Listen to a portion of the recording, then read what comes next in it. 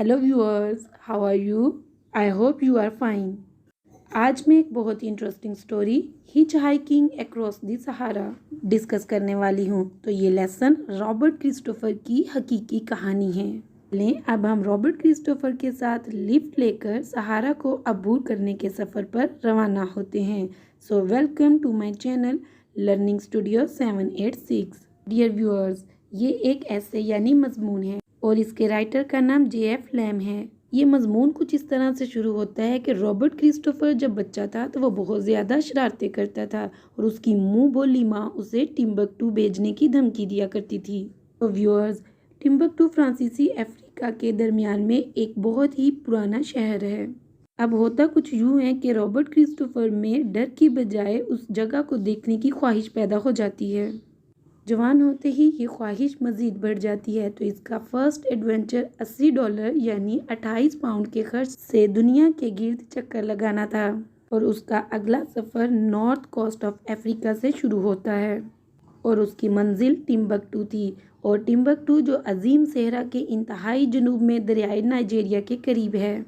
मकसद ये कि टिम्बकटू तक पहुंचने के लिए अजीम सहरा को अबूर करना होगा, वो भी गाड़ी से लिफ्ट मांगकर, यानी फ्री में सफ़र करना है। तो व्यूअर्स, अब बात करते हैं सहारा डेजर्ट की। सहारा डेजर्ट का रकबा 9,200,000 स्क्वायर है और इसके रकबे को यूएस और चाइना के रकबे से कंपेयर किया जाता है और यह दुनिया का सबसे बड़ा और गर्म तरीन सहरा है। इसके बारे में राइटर J.F. लैम कुछ इस तरह से लिखते हैं कि अगर कोई जिन इंग्लिस्तान को उठा लेता है और सहरा के दरमियान में रख देता है तो इसे ढूंढना मुश्किल हो जाएगा, क्योंकि ये नॉर्थ अफ्रीका की मुकम्मल चौड़ाई पर फैला हुआ है और ग्रेट ब्रिटेन से रकबे के लिहाज से कई गुना बड़ा है। अब इस बहुत बड़े रकबे का ज़्यादातर इलाका फ्रांस के कब्जे में है और इस रेत के नीचे तेल की दरियाफ्त से बहुत सी तब्दीलियां आ चुकी हैं। तेल की दरियाफ्त से पहले ये रकबा बंजर रेत के बड़े बड़े किताब पर मुश्तमिल था जो दिन के वक्त शदीद गर्म होते, जहाँ पानी के चंद कुएं और थोड़ा बहुत सब्जा था। सहरा का ज़्यादातर हिस्सा गैर आबाद था। कभी कभी यहाँ पे अरब और बर्बरों के खाना बदोश कबाइल नजर आते थे। ऐसी सरजमीन पर लिफ्ट लेकर सफ़र करने के मुतल्लिक तो इंसान सोच भी नहीं सकता। ताहम सफ़र का यही तरीका था जिसे रॉबर्ट क्रिस्टोफर, एक अमेरिकी नौजवान, ने अपने लिए इख्तियार किया और इसने ये सफ़र 1956 में शुरू किया। सहारा को पार करने के लिए इसने ये सफ़र एक छोटे से कस्बे बोसाइडा से शुरू किया, जिसे मुकामी लोग सहारा की बंदरगाह के नाम से जानते थे और यहीं से सहारा यानी हकीकत में सहरा का सफ़र शुरू होता है। क्रिस्टोफर को मालूम होता है कि एक सहराई ट्रक थोड़ी ही देर में जनूब के लिए निकल रहा है, तो वह ड्राइवर के साथ ये मामला तय करता है कि वो उसे वहाँ तक लिफ्ट देगा जहाँ तक वो जाएगा। मौसम बहुत तकलीफदेह होता है और इस ट्रक में 3 लोग यानी ड्राइवर, ग्रीसर, तेल देने वाला और मुसाफिर सवार होते हैं और वो एक ही सीट पर तीनों फंस कर बैठ जाते हैं। वो 32 किलोमीटर पर आवर के हिसाब से सफ़र कर रहे हैं, जबकि दर्जा हरारत बहुत तेज़ी से बढ़ जाता है और 2 घंटे तक ठंडे पानी का मशकीज़ा इतना गर्म हो जाता है कि उससे चाय बनाई जा सके।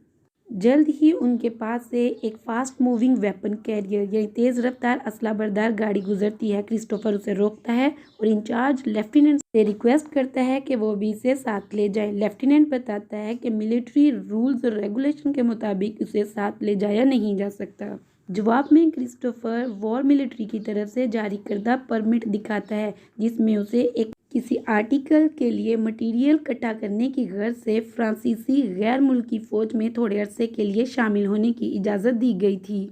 अलबत्ता बाद में ये परमिशन वापस ले ली गई थी, लेकिन खुशकिस्मती से लेफ्टिनेंट ने उस पेज को उलटकर मनसूख शुदा यानी कैंसल्ड की स्टैंप नहीं देखी। अब लेफ्टिनेंट उसे अपने ट्रक में सवार कर लेता है और गाडाया नामी शहर में उतार देता है। ये एक मखसूस सहराई शहर होता है। अब इस शहर की खसूसियत ये थी कि यहाँ बहुत सी मक्खियाँ थी और सब की सब चिपकने वाली थीं। सिचुएशन को क्रिस्टोफर कुछ इस तरह से बयान करता है कि कोई भी चीज़ जिसका खुराक से दूर का भी ताल्लुक होता था वो मुतवातर और मुकम्मल तौर पर मक्खियों से ढकी होती थी। उन्हें मक्खियों को ठीक आपके मुंह के अंदर खुराक के पीछे जाने में भी कोई हेजिटेशन नहीं होती थी और अब क्रिस्टोफर को बहुत ही विजिलेंट रहना होता था जब तक हर नवाला दांतों के पीछे ना चला जाता। کرسٹوفر کہتا ہے کہ میں نے گلی میں بہت سے بچے دیکھے لیکن ان کے چہرے صحیح طریقے سے دیکھ نہیں پایا کہ وہ کس طرح کے نظر آتے ہیں کیونکہ مکھیوں نے ماسک کی طرح ان کے چہرے ڈھانپ رکھے تھے۔ دوسروں سے لفٹ لے لے کر کرسٹوفر بے فکری سے جنوب کی جانب بڑھتا رہا۔ ایک روز اسے معلوم ہوتا ہے کہ الگولیا کے لیے ایک ٹرک نکلنے والا ہے جو کہ سامان سے لدا ہوا ہے۔ اب کرسٹوفر اس سے لفٹ لینے میں کامیاب ہو جاتا ہے۔ اب ٹرک سفر پر روانہ ہوتا ہے۔ یہ سفر بہت ہی مشکل ہوتا ہے کیونکہ ریت بہت بھربری ہے اور بھاری ٹرک بار بار ریت میں پھنس جاتا ہے۔ اس ٹرک کے ڈرائیور کا نام ہینڈ آؤٹ تھا اور وہ بہت ہی زیادہ اسکلفل ہوتا ہے۔ وہ بار بار ٹرک کے پہیوں کو گھماتا ہے تاکہ وہ ریت میں نہ دھنسیں۔ اس کے پاس اسٹیل کی 10 فٹ لمبی سٹرپس ہیں جنہیں وہ گھسیٹ کر لاتا ہے اور ٹرک کے پہیوں کے آگے بچھاتا ہے تاکہ ٹرک آگے بڑھتا رہے۔ جب ٹرک سخت زمین پر پہنچتا تو وہ پٹیوں کو اکٹھا کر لیتا اور جب نرم زمین پر پہنچتا تو پھر اس کے سامنے بچھا دیتا۔ اس سخت کام کے دوران ایک شخص ٹرک کو گریس لگاتا ہے تو کرسٹوفر اس کی مدد کرنا شروع کر دیتا ہے۔ اس ٹرک کا ڈرائیور جس کا نام ہینڈ آؤٹ ہے وہ ایک حالیہ واقعہ بتاتا ہے۔ اس کے مطابق 3 انگریزوں نے صرف ایک دن کے پانی کے ذخیرے کے ساتھ کار میں صحرا کے ایک حصے کو پار کرنے کی کوشش کی تھی اور ان کی کار ریت میں دھنس گئی اور 3 دن کے بعد ان کے جسم پتوں کی طرح سوکھے ہوئے تھے اور وہ شدید پیاس میں ریڈیٹر والا پانی بھی پی گئے تھے اور ان میں سے ایک نے تو کرینک کیس سے پانی پینے کی کوشش بھی کی تھی۔ اگلی صبح کرسٹوفر کے دماغ میں یہ کہانی آ گئی۔ ہوا کچھ یوں کہ تیل دینے والے مزدور نے بتایا کہ بکری کی کھال کے 2 پانی کے مشکیزوں میں سے ایک رات کے دوران پھٹ گیا ہے۔ اگر سفر کے دوران ہر چیز ٹھیک ٹھاک بھی رہے تو پھر بھی باقی سفر مشکل ہو جائے گا کیونکہ پانی ختم ہو چکا ہے۔ اب کرسٹوفر کے پاس جو میپ موجود تھا اس نے وہ کھولا اور اس نقشے میں ایک جگہ پر آبادی معلوم ہوتی تھی جہاں پانی موجود ہے۔ وہ لوگ 50 میل کا سفر طے کر کے اس بستی تک پہنچے لیکن راستے میں کرسٹوفر نے اپنے لیے تکلیف کو بڑھا لیا۔ وہ یوں ہوا کہ ڈرائیور کی نشست سے ننگے پاؤں وہ ریت پر کود پڑا۔ اسے ریت کی گرمی کا اندازہ ہی نہ تھا۔ اسے محسوس ہوتا ہے جیسے اس نے دہکتے ہوئے کوئلوں پر چھلانگ لگا دی ہے۔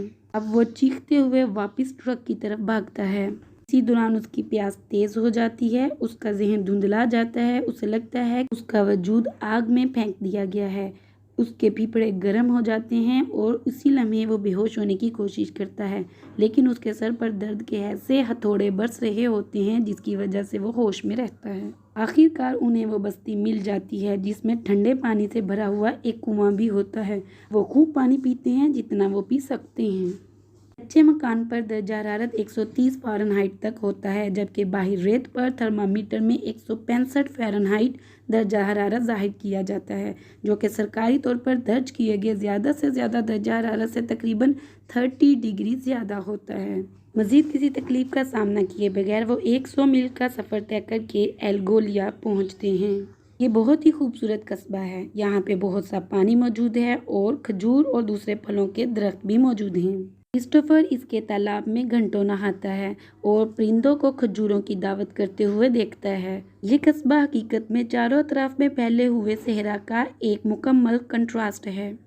الگولیا سے اگلا سفر انسیلاک کا تھا۔ یہ سفر ایک بھاری ٹرک میں طے کیا جاتا ہے۔ اس ٹرک پر 10 ٹن گولہ بارود لدا ہوتا ہے اور جسے خاص طور پر ایک قابل اور تجربہ کار بہامت نامی ڈرائیور چلاتا ہے۔